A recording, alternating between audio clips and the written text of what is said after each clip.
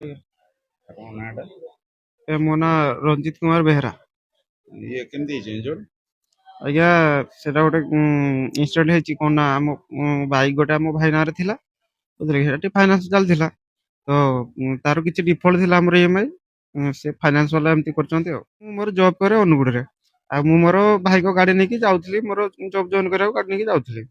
ଆଉ ଆମର ଏଇ ଉଦଳା ରିଲାଏନ୍ସ ଜିଓ ପେଟ୍ରୋଲ ପମ୍ପରେ ସେମାନେ ମୋତେ ଅଟକେଇ ଦେଲେ କି ଭାଇ ତମର ଏତିକି ଟଙ୍କା ପେଣ୍ଡିଂ ଅଛି, ଆଉ ତମେ ଏତିକି ଟଙ୍କା ପେମେଣ୍ଟ କଲା ପରେ ତମ ଗାଡ଼ି ଛାଡ଼ିବୁ ଆମେ।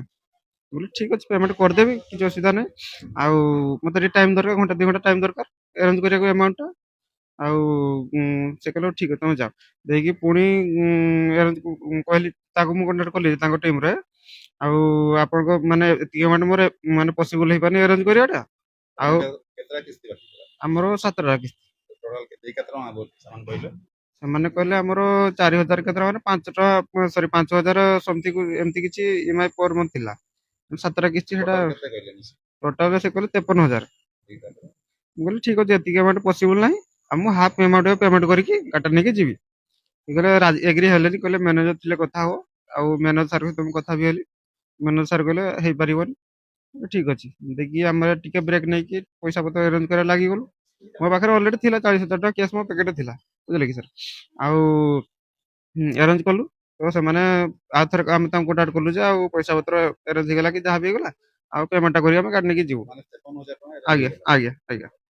ସେମାନେ କହିଲେ ଠିକ୍ ଅଛି, ଆମେ ଏଇ ଫିଲ୍ଡରେ ଅଛୁ, ଆପଣ ଆସନ୍ତୁ କଥା ହେଇଯିବା।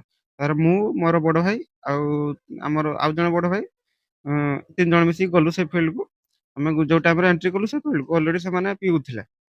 ଆଜ୍ଞା, ସେ ମୁଢ଼ି ମାଂସ ଖାଉଥିଲେ, ମଦ ପିଉଥିଲେ। କୋଉଠି ପାଖାପାଖି ଆପଣ ଏ ହାଇସ୍କୁଲ ପଡିଆ? ଆଜ୍ଞା ଆଜ୍ଞା, ସେଇଠି ପାଖାପାଖି 10-15 ଜଣ ଥିଲେ ପିଲା। ବୁଝିଲେ କି।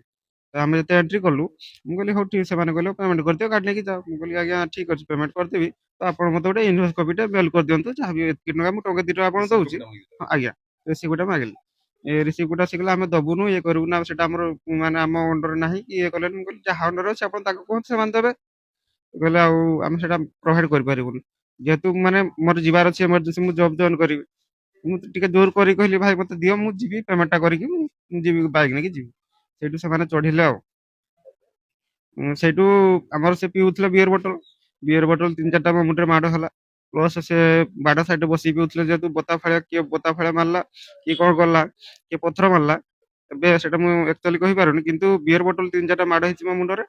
ପ୍ଲସ୍ ମୋ ପ୍ୟାକେଟରେ ଥିଲା ପାଖାପାଖି 40,000 ଟଙ୍କା କ୍ୟାସ୍। ବେକରେ ମୋର 7 ଗ୍ରାମର ଚେନ୍ ଥିଲା, ସୁନା ଚେନ୍। ସେ ଚେନ୍ ବି ନାହିଁ, ପ୍ଲସ୍ କ୍ୟାସ୍ ବି ନାହିଁ, ନା ପର୍ସ ବି ନାହିଁ। ମୋବାଇଲ ଆମ ଭାଇ ମୋ ପାଖରେ ଥିଲା, ମୋବାଇଲ ଆଉ ଘଣ୍ଟା ମୋର ଥିଲା ଏତିକି। ସାଙ୍ଗରେ ଭାଇ ମାନେ? ଆଜ୍ଞା ଆଜ୍ଞା କିଏ କିଏ ଥିଲା। ଥିଲେ?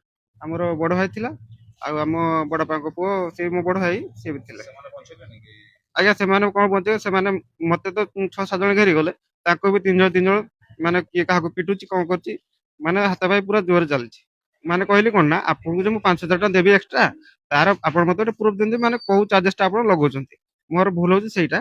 ମାନେ ବଡ଼ ଭାଇ ହିସାବରେ ମୁଁ ସେମାନଙ୍କ ସହିତ କଥା ହଉଥିଲି ଆଗରୁ। ମୋର ମାନେ ଏତିକି ମୁଁ ଚାର୍ଜ କଲି ଯେ ମତେ ସେଟା ଗୋଟେ ଇନଭଏସ୍ କପି, ମାନେ ମୋ ଇନଭଏସଟାରେ ଆପଣ ସେଟା ମେନସନ୍ କରିବେ ଯେ ଏଇ ଚାର୍ଜେସଟା ମୁଁ ଲଗଉଛି। ସେଇଠୁ ପାଠ ସେଇଠୁ ପାଟିତୁଣ୍ଡ ହେଲା। ଦେଇକି ମାନେ ଆପଣ ବଞ୍ଚେଇ ପାରିଲେନି?